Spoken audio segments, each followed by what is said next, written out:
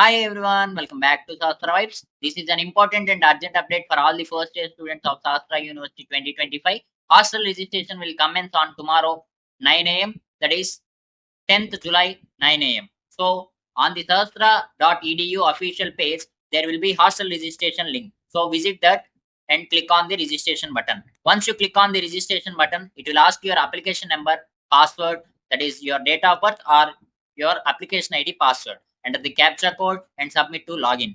Important. Room type selection.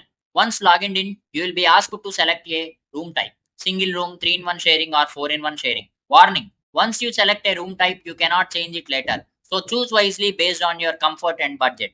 Hostel payment information. You won't be able to make a payment on the same day. Payment will be enabled on the next day after registration. So just register on 10th July 2025 and check back the next day to the payment.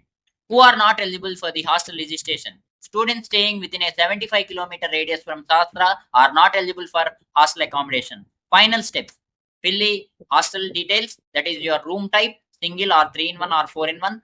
There will be no option to change your room type later. Wishing you all comfortable stay and great start to Sastra College.